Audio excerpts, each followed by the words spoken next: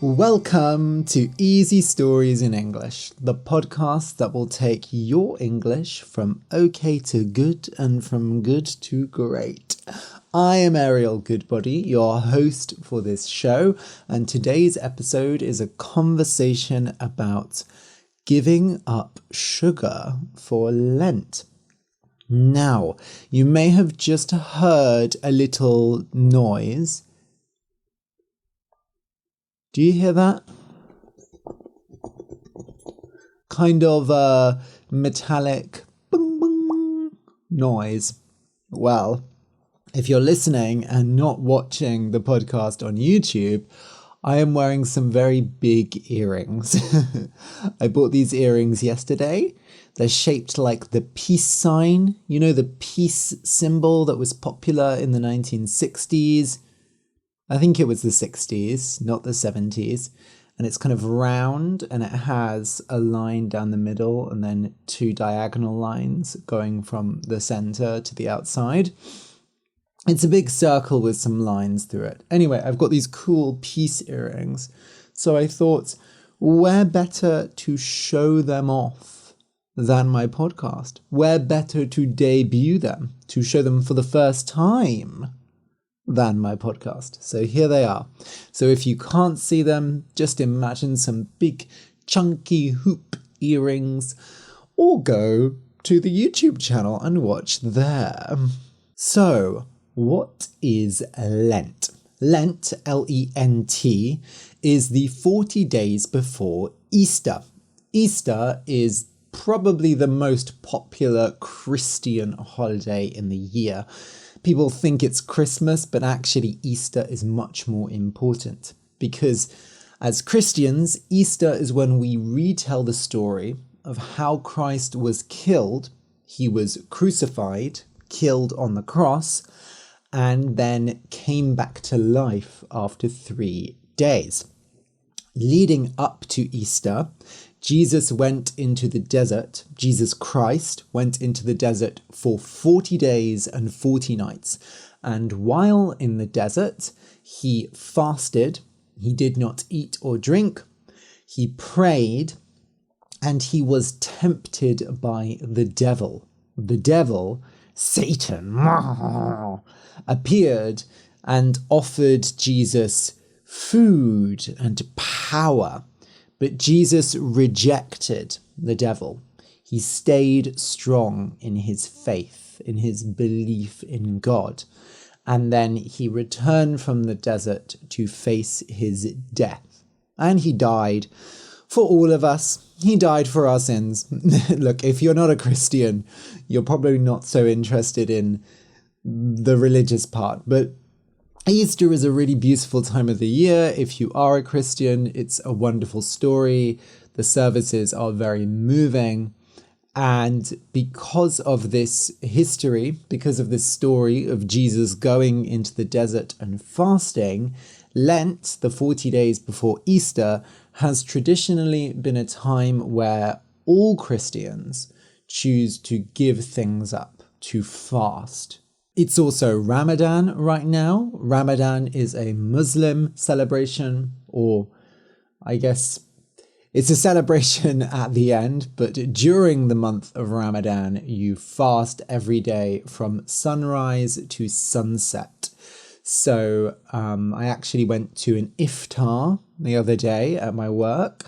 Iftars are when you break the fast, when you start eating after a day of fasting in Ramadan. So we had a work iftar for some of the students, and I wasn't fasting, but it was really nice to break bread with others and to learn about some Muslim traditions.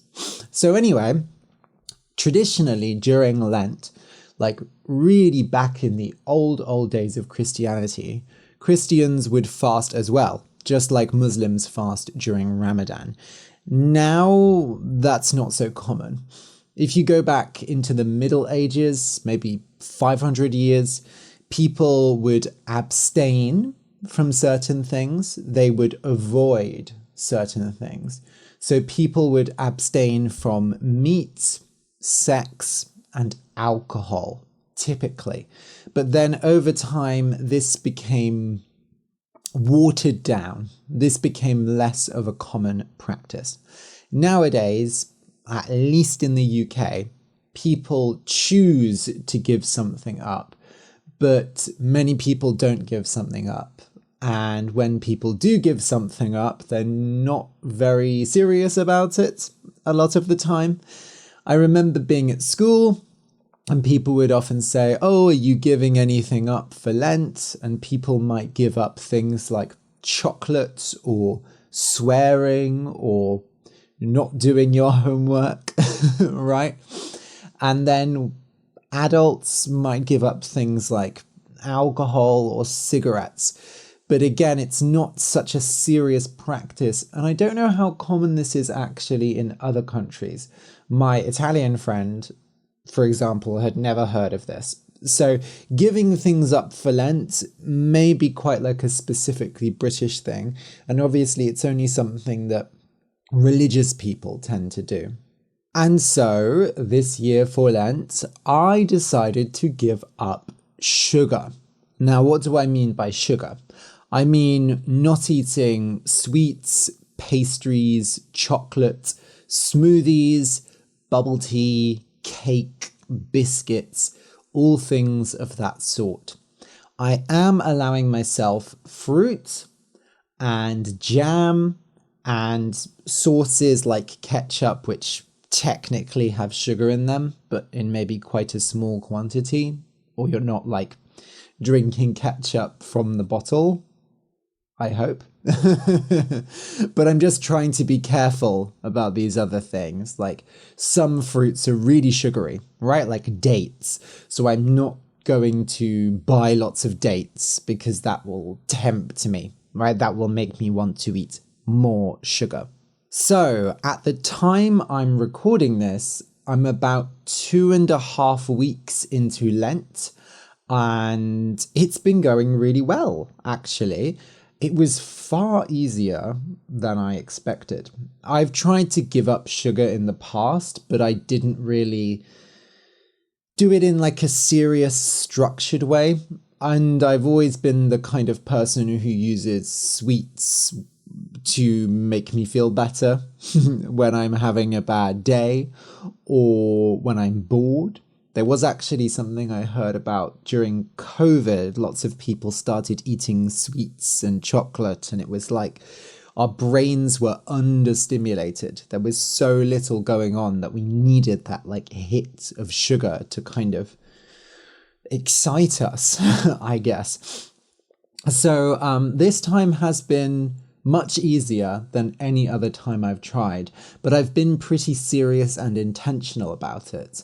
I've told lots of people what I'm doing. I set clear rules for what I can and can't eat. There's an end goal, right? It's tied to a religious practice.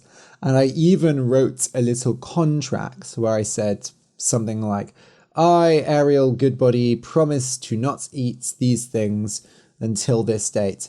And I signed it and I put it up on the wall of my classroom, and I told all my students, this is what I'm doing. You have to hold me accountable.